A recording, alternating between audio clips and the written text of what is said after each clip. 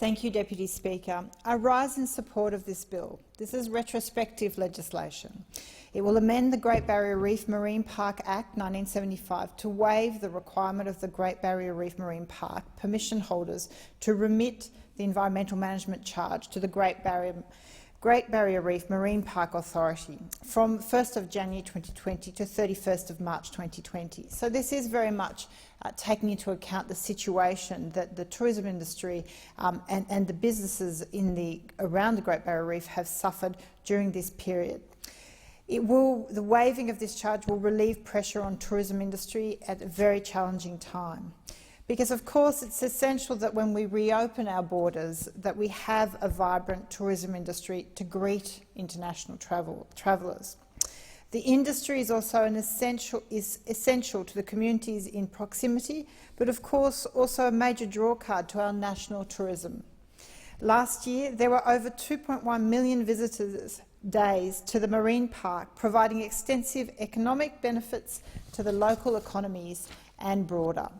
According to Deloitte Access Economics, the reef supports approximately 64,000 jobs and contributes $6.4 billion to the Australian economy annually. The Great Barrier Reef is an extraordinary marvel of nature, unrivalled in its marine biodiversity and extensive geography.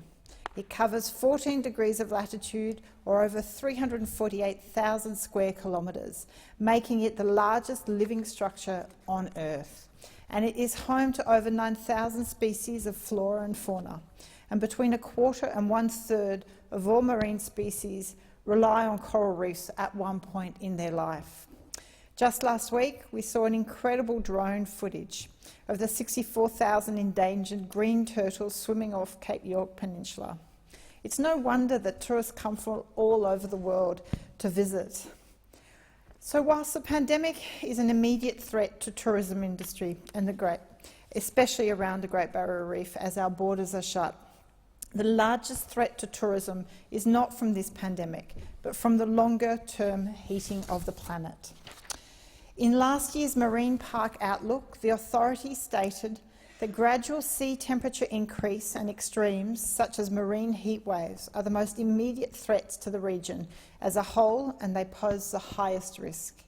We have had successive marine heat waves bleaching significant areas over the last several years, and one only a few weeks ago.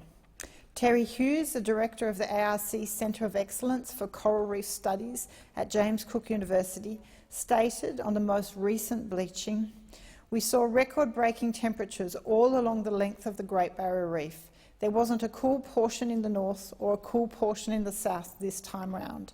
The whole Barrier Reef was hot, so the bleaching we have seen this year is the most extensive so far. This is just at 1 degree of warming. At 1.5 degrees of warming, the Intergovernmental Panel on Climate Change estimates that we will lose 80% of our coral reefs, and at 2 degrees, we will lose 99%. Deloitte Access Economics projected that this would be equivalent to losing at least $56 billion in environmental and heritage value. According to the Marine Park Outlook, surveys indicate that people in the tourism industry are very concerned about the impacts of climate change on their businesses and livelihoods, and I would say rightly so. The reef is a canary in the coal mine for the state of the oceans in general. Oceans cover 70% of the surface of the Earth and are essential in regulating the climate. Oceanographer Lisa Beale of the University of Miami Rosenstiel School of Marine and Atmospheric Science states that the ocean is the flywheel of the climate. It sets the timing of climate change. It can do things like store heat in one place and release it somewhere else 1,000 years later. The effect of ocean warming won't just result in the loss of coral reefs, but will affect many systems across the planet. For example, scientists have found that the melting of the Greenland ice sheet is resulting in a slowing of the Atlantic meridional overturning circulation current by making water less saline, which will make it harder to sink and drive the journey of the current southward from Greenland. Now, you might say, what does that do? Well, this will affect weather patterns in all countries bordering the Atlantic Ocean and even changing rainfall patterns at the equator. For example, this will mean colder winters and hotter summers, greater flooding and extreme weather in Europe. In our own hemisphere, a study released in the Journal of Climate found that increasing ocean temperatures are influencing how impactful and frequent positive Indian Ocean dipole events are. According to the Bureau of Meteorology, Indian Ocean dipole events is one of the key drivers of Australia's climate.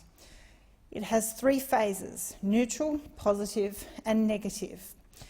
It is positive Indian Ocean dipole phases that are linked to less rainfall and higher than normal temperatures across Australia during winter and spring.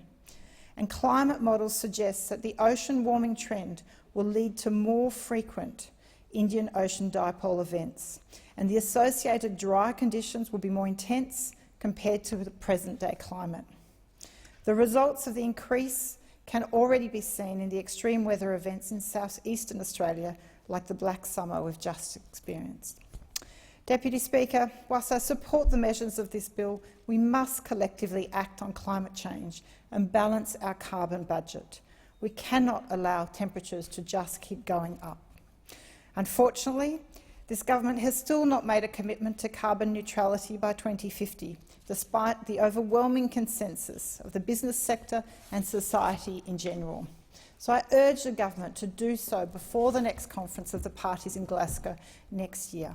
There is undoubtedly an opportunity for a reset, to put stimulus, energy and the focus of the government towards a smart and clean future. If we don't get there, if we fail to flatten the curve on our emissions and we leave it until too late, we will lose much more than the reef and the tourism industry.